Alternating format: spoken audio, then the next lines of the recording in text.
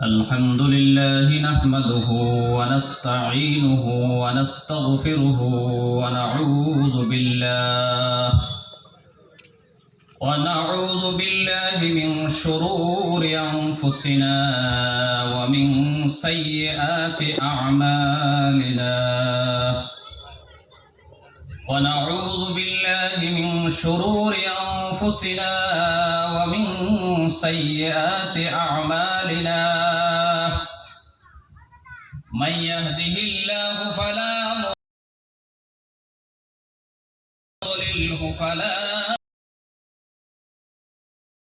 ونشهد أن لا إله إلا الله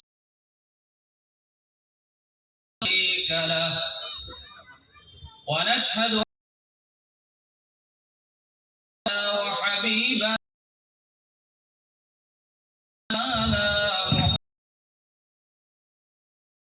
الذي أرسل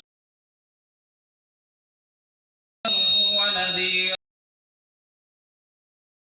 داعيا إلى الله منيرا قد قال الله تبارك كلامه القدير أعوذ بالشيطان الرجيم بسم الله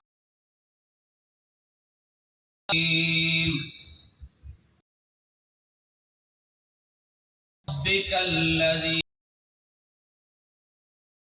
خلق الإنسان اقرأ وربك الأكرم علم بالقلم فروي عن النبي صلى الله عليه وسلم قال طلب العلم فريضة على كل وقال النبي صلى الله ألا كلكم من رعيته أو كما قال عليه الصلاة والسلام صلى الله عليه محمد وعلى آله وأصحابه وسلم بلغ العلا بكماله كشف حسنت جميع خصاله عليه وآله خودنا है जरा हम कह गैरों के हादी बन गए क्या नजर थी जिसने मुर्दों को मसीहा कर दिया बलगल उला बिकमालिही कशफत दुजा बिजमालिही हसनत जमीउ खिसालिही सल्लु अलैहि व आलिही ये तेरी मेराज है कि तू लौहा कलम तक पहुँचे और मेरी मेराज है कि हम तेरे कदम तक पहुँचे बलगल उला बिकमालिही कशफत दुजा बिजमालिही हसनत जमीउ खिसालिही सल्लु अलैहि व आलिहि সম্মানিত আজকের ফুলবাড়ি আঞ্চলিক ফরগনা কমিটি ও ফুলবাড়ি ঈদগাহ কমিটির যৌথ উদ্যোগে আয়োজিত আজকের এই ইসলামিক শিক্ষা সমাজ সংস্কারমূলক সেমিনার ও তাফসীরুল কোরআন মাহফিলের পরম শ্রদ্ধেয় সভাপতি সাহেব, উপস্থিত হাজারাত উলামায়ে কেরাম, এতদ অঞ্চলের জ্ঞানী গুণীজন এবং এই অঞ্চলের মুরব্বী সাহেবান, যুবক ভাইরা, স্কুল থেকে আগত, বিভিন্ন স্কুল মাদ্রাসা থেকে আগত ছাত্রছাত্রীবৃন্দ এবং পর্দার আড়ালে বসা এই অঞ্চলের সম্মানিত মা ও বোনেরা, আল্লাহ তাবারাকা ওয়া তাআলার অসংখ্য অগণিত ইহসান হয়েছে, ফজল আর করম হয়েছে, যিনি আমাদের এই অঞ্চলের মুরব্বী সাহেবানদের জেহেনের মধ্যে এবং যুবকদের স্পিহার মাধ্যমে আজকের এই তাফসীরুল কোরআন এবং সেমিনার নামক এই আয়োজন করা হয়েছে। আমি সর্বপ্রথম মহান আল্লাহ রাব্বুল আলামিনের দরবারে শুকরগুজার হচ্ছি, যিনি আমাদেরকে আজকের এই মজলিসের মধ্যে,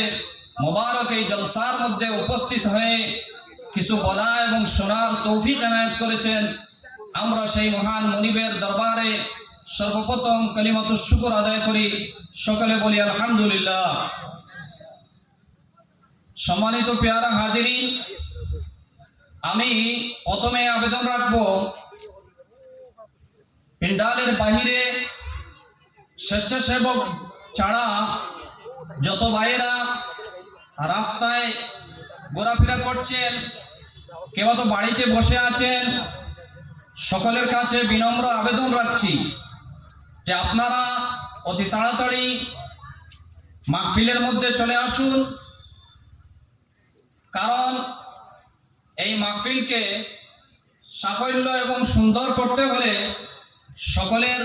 উপস্থিতি একান্ত কর্তব্য। প্যারা হাজিরিন, আমরা জানি আজকে আমাদের এই বিশেষ মাহফিলের মধ্যে যাদের উপস্থিতি হবে তারা সমস্ত নর্থ ইস্ট, সমস্ত উত্তর পূর্বাঞ্চলের শিক্ষা জগতের আলোড়ন সৃষ্টিকারী ব্যক্তিরা, বিশেষ করে আমাদের আসামের গৌরব তথা উত্তর পূর্বাঞ্চলের গৌরব চ্যান্সেলর ডক্টর মাহবুবুল হক সাহেব, যিনি মেঘালয়ের সায়েন্স অ্যান্ড টেকনোলজি ইউনিভার্সিটির চ্যান্সেলর, এছাড়া পিএস সাংমা মেডিকেল কলেজের উনি চেয়ারম্যান, এছাড়া আরও আসবেন আমাদের এখানে ডক্টর মুস্তাফা কামাল সাহেব এবং জালাল মিয়া সাহেব সহ বাদ মাগরিব থেকে আপনার উত্তর পূর্বাঞ্চলের বিশিষ্ট ইসলামী চিন্তাবিদরা এসে আপনাদেরকে তাফসীর শোনাবেন। সুতরাং আমাদের অত্যন্ত সৌভাগ্য যে আমরা এ ধরনের এক মাহফিল, এ ধরনের জলসা করতে পেরে এবং সেখানে উপস্থিত হয়ে নিজেকে গৌরবান্বিত মনে করছি। সুতরাং আমার যত ভাইরা এখনো মাহফিলে আসেননি, আপনাদের কাছে সবিনয় আবেদন, আপনারা অতি তাড়াতাড়ি নিজের জরুরত থেকে ফারিগ হয়ে দ্রুত মাজলিসের মধ্যে এসে যান। আল্লাহ রাব্বুল আলামিন আমাদেরকে তৌফিক এনায়েত করুন, এই মুবারক মজলিসকে যেন সুন্দর এবং সুষ্ঠুভাবে শেষ পর্যন্ত যাতে সুন্দর সুষ্ঠু হয়ে পরিচালিত হয়, আমরা মহান মুনিবের দরবারে দোয়া করি, আল্লাহ তাআলা সেই তৌফিক এনায়েত করুন, আমিন। সম্মানিত পেয়ারা হাজিরিন, আমি কোরআনে কারীম থেকে ছোট্ট একটি আয়াত এবং নবী সাল্লাল্লাহু আলাইহি ওয়াসাল্লামের অসংখ্য অগণিত আহাদিসে নবওয়িয়া থেকে দুটি হাদিস আপনাদের সম্মুখে তিলাওয়াত করেছি।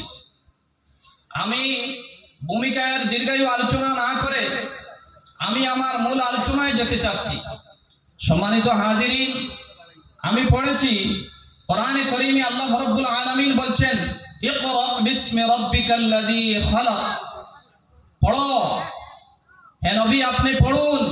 বিসমি রাব্বিকাল্লাযী খালাক, যিনি আপনাকে সৃষ্টি করেছেন সেই রবের নামে আপনি পড়ুন।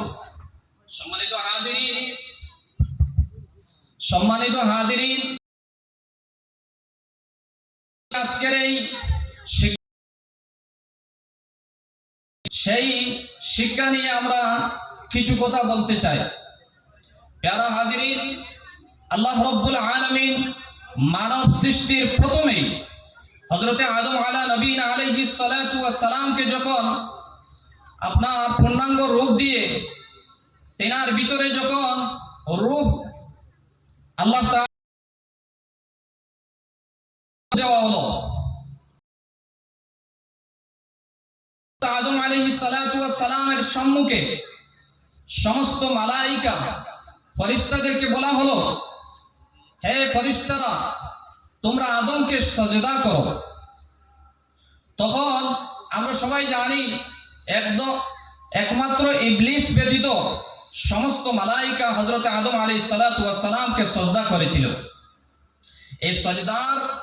কারণ এবং মাহাত্ম্য কি সেটা যদি আমরা অন্বেষণ করি, আমরা রিসার্চ করি, তাহলে দেখব যে একমাত্র সাজদার কারণ হচ্ছে ইলম। কোরআনে কারীমে আল্লাহ রাব্বুল আলামিন বলছেন, ওয়া আল্লামা আদামাল আসমা, হযরতে আদম নবীন আলাইহিস সালাতু ওয়াস সালামকে আপনার সমস্ত জগতের বিভিন্ন বিষয়ে আপনার ইলম এবং জ্ঞান এবং শিক্ষা দেওয়া হয়েছিল, যার কারণে ফেরেশতাদেরকে পরীক্ষা করার জন্য ফেরেশতাদেরকে বলা হলো, তোমরা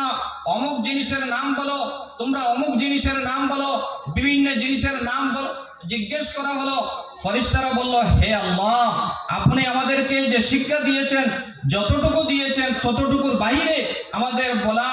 সম্ভব হবে না। সম্মানিত পেয়ারা হাজিরিন,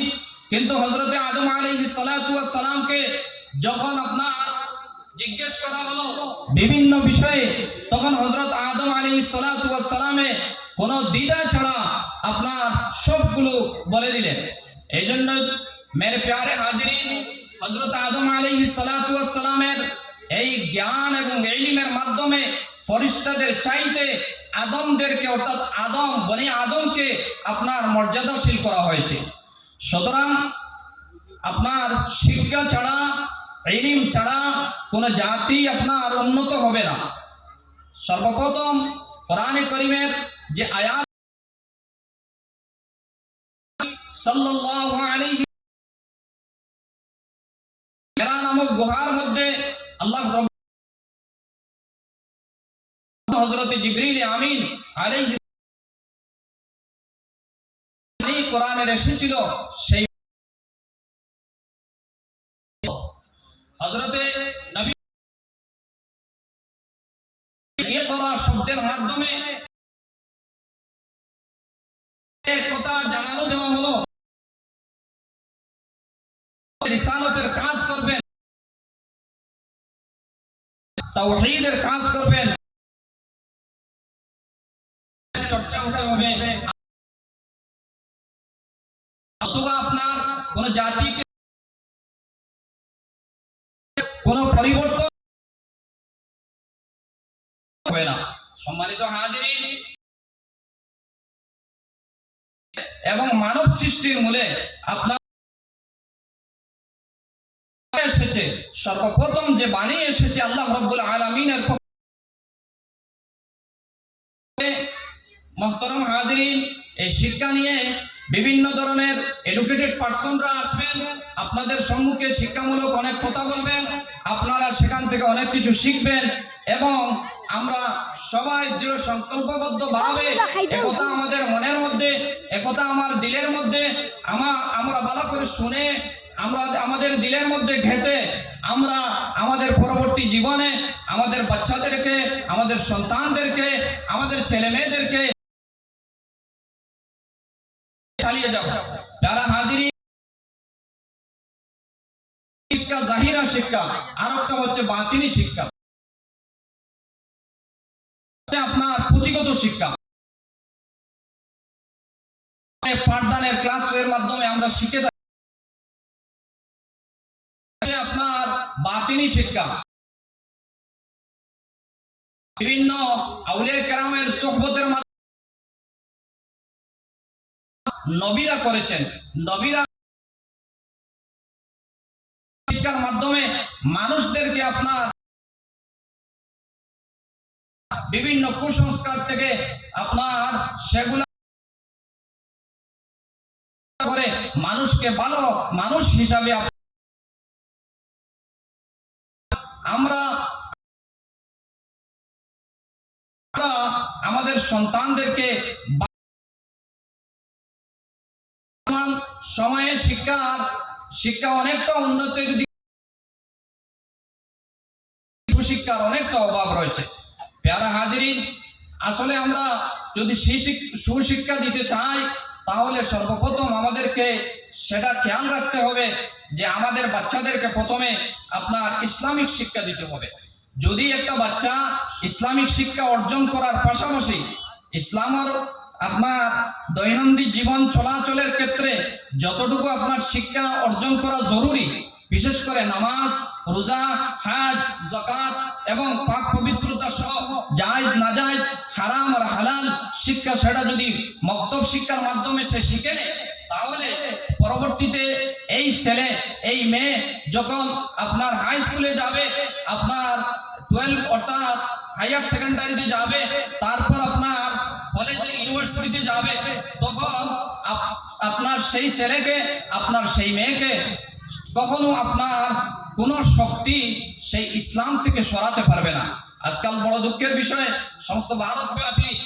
বরং সমস্ত পৃথিবী ব্যাপী একটা চক্র চলছে যে কিভাবে মুসলমান বাচ্চাদেরকে আপনার নাম আব্দুল্লাহ থাকুক, নাম আমিনা থাকুক, নাম আপনার মোহাম্মদ আলী থাকুক, কিন্তু সেই ব্যবস্থা এবং সেই পুরো পৃথিবীর আমাদেরকে সোচ্চার হতে হবে। আমরা আমাদের সবাই আমরা পূর্ণাঙ্গ ইউনিভার্সিটিতে যাবে, যখন আপনার কলেজে যাবে, এই বক্তব্যের মধ্যে সে পড়েছে হারাম হারাম। সম্মানিত বিশেষ করে যুবকবৃন্দের প্রতি তাদেরকে লক্ষ্য করে আমি বলতে চাই, সে সময়ে যুবকরা পায়, ভালো গাইড পায়, তাহলে তারা অনেক কিছু সমাজের জন্য উপহার দিতে পারবে। আর আমাদের যুবকরা, আমাদের শিক্ষার্থী যারা আছেন, যে বয়সন্ধি যারা আপনার 14 থেকে 15 অর্থাৎ ম্যাট্রিকুলেশন পাস করার পর থেকে নিয়ে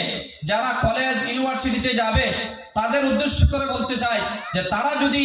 এই সময়ের মধ্যে, এই বয়সের মধ্যে যদি তারা ভালো করে পড়াশোনা করে, ভালো করে জ্ঞান অর্জন করে, আপনার তারা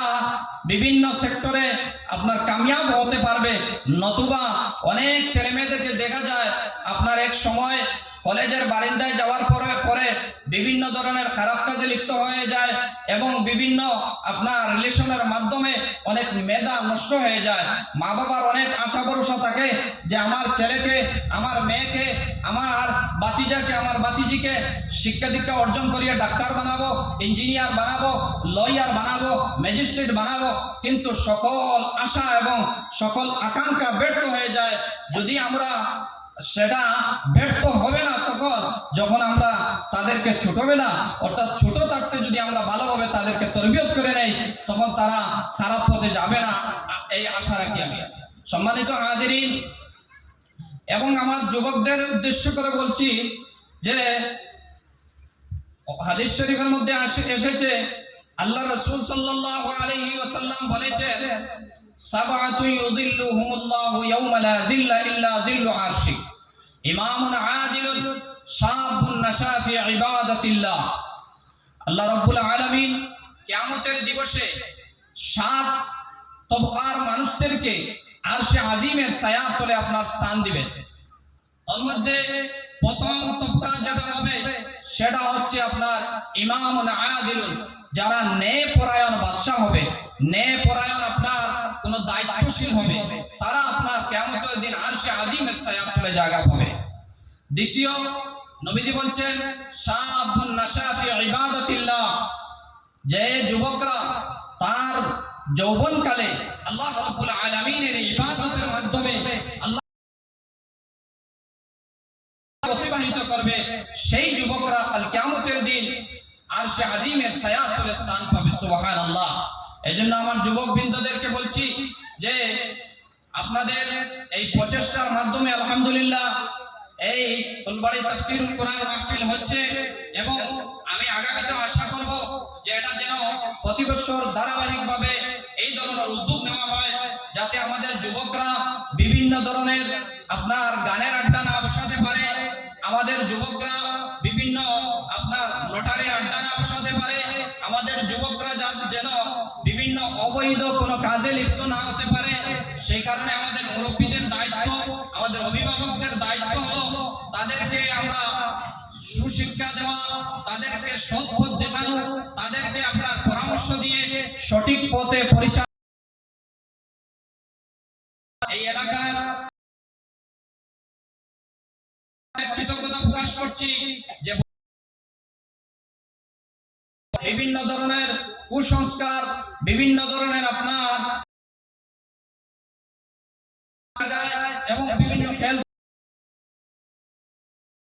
সময় আমাদের সাহেবরা এত কষ্ট নিয়ে বিভিন্ন পরিশ্রম সেমিনার করছেন, আল্লাহ ওনাদের জিন্দগির মধ্যে বরকত দিয়ে মালামাল করে দেন।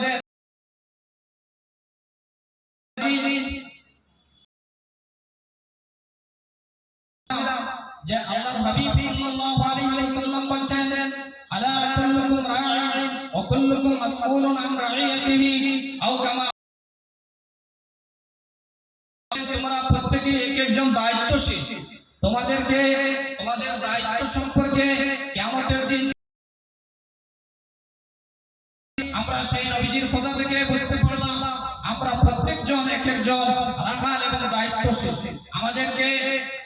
কিয়ামতের দিন দায়িত্ব সম্পর্কে জিজ্ঞাসা করা হবে। আমরা যে যে সেক্টরে যে দায়িত্বে আছি, মসজিদের দায়িত্বে যারা আছে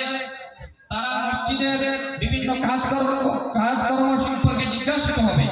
একজন বাবা হিসাবে আপনার ছেলে মেয়েদের প্রতি আপনি একজন দায়িত্বশীল হিসাবে আপনার ছেলে মেয়েদেরকে কতটুকু আপনার তরবিয়ত দিয়েছেন, কতটুকু আপনার সঠিক পথ দেখিয়েছেন, সে সম্পর্কে আপনাকে জিজ্ঞেস করা হবে। একজন স্বামী হিসাবে আপনার স্ত্রীর কর্তব্য কতটুকু আদায় করেছেন, স্ত্রীর হক আপনি কতটুকু আদায় করেছেন, সে সম্পর্কে আপনি জিজ্ঞাসিত হবে। এবং একজন ভাই হিসাবে আপনার বোন সম্পর্কে আপনি বোনের হক কতটুকু আদায় করেছেন, বোনের আপনার সমস্ত দায়িত্ব আপনি কতটুকু আদায় করেছেন, সে সম্পর্কে আপনার জিজ্ঞাসা করা হবে। এভাবে করে আপনার প্রত্যেকটা সেক্টরের যারা আপনার বিভিন্ন দায়িত্বে রয়েছেন সবাইকে কাল কিয়ামতের দিন আপনার আল্লাহ রাব্বুল আলামিনের আদালতে আপনার জিজ্ঞাসিত করা হবে এবং আপনার দায়িত্ব সম্পর্কে বুঝিয়ে বলতে হবে। সুতরাং আমরা আমাদের দায়িত্ব থেকে সবাই আমরা সচেতন হই, আমাদের ছেলেমেয়েদেরকে সুশিক্ষায় শিক্ষিত করি এবং আমাদের সমাজ থেকে অবৈধ আপনার যত ব্যবসা বাণিজ্য, আপনার নেশা কারবার, এছাড়া আপনার বিভিন্ন ইয়াবা, বিভিন্ন ধরনের অবৈধ পাচার, সেইগুলা দূরীভূত করতে হবে। আমাদেরকে একজন প্রকৃত মুমিন এবং মুসলমান হয়ে আমাদের এই জীবনে আপনার এই পৃথিবীতে সুন্দর এবং সুষ্ঠুভাবে আমাদের আখলাক এবং চরিত্র গঠন করে এবং নবী মুহাম্মদ সাল্লাল্লাহু আলাইহি ওয়াসাল্লাম বিদায় নেব এই দুনিয়া থেকে, জান্নাত দান করবেন। হুকুমকে অমান্য করি আল্লাহ তাআলার নির্দেশকে অমান্য করি, তরিকা ছেড়ে পথ ছেড়ে নিজের জ্ঞানে আমাদের জীবনে চলি, তাহলে কাল কিয়ামতের দিন আমাদের জীবন জিজ্ঞাসা করা হবে, আমাদের আপনার আয়েবের সম্পর্কে জিজ্ঞাসা করা হবে, আমাদের ইলম শিক্ষা দীক্ষা আল্লাহর আদালতে আমরা আটকা পড়বো। সুতরাং আমি আমাদের সবাইকে অনুরোধ করছি যে আমরা আপনারা এসে বলবেন এবং ইসলামিক পণ্ডিতরা এসে বলবেন, আমরা সবাই ঐক্যবদ্ধভাবে ভালোভাবে সুষ্ঠুভাবে সেগুলা জেনে শুনে এবং নিজের দিলের মধ্যে গেঁথে আমাদের জীবন যাতে সুন্দর করতে পারি সেই আশা এবং আকাঙ্ক্ষা করে, এবং আমাদের বাচ্চাদেরকে সন্তানদেরকে আপনার এক কথা বলে শেষ করছি যে না খেয়ে হলেও আমাদের বাচ্চাদেরকে সন্তানদেরকে শিক্ষা দীক্ষা অর্জনের মাধ্যমে আমরা সুশিক্ষা দিয়ে তাদেরকে মানুষ হিসাবে আদর্শ মানুষ হিসাবে এই দুনিয়ার মধ্যে যদি রেখে যায়, তাহলে তারা আমাদের মরার পরেও আপনার জন্য তারা সদকা যদি আমাদের বাচ্চারা দিন আল্লাহর আদালতে আপনি আমি قالوا ربنا فأضلونا السبيل, আমরা পথভ্রষ্ট হতাম না। আমাদের অভিভাবকরা যদি আমাদের অভিভাবক বৃন্দদেরকে শিক্ষা দীক্ষা গুরুত্বপূর্ণ শিক্ষা অর্জন করে এবং সন্তুষ্ট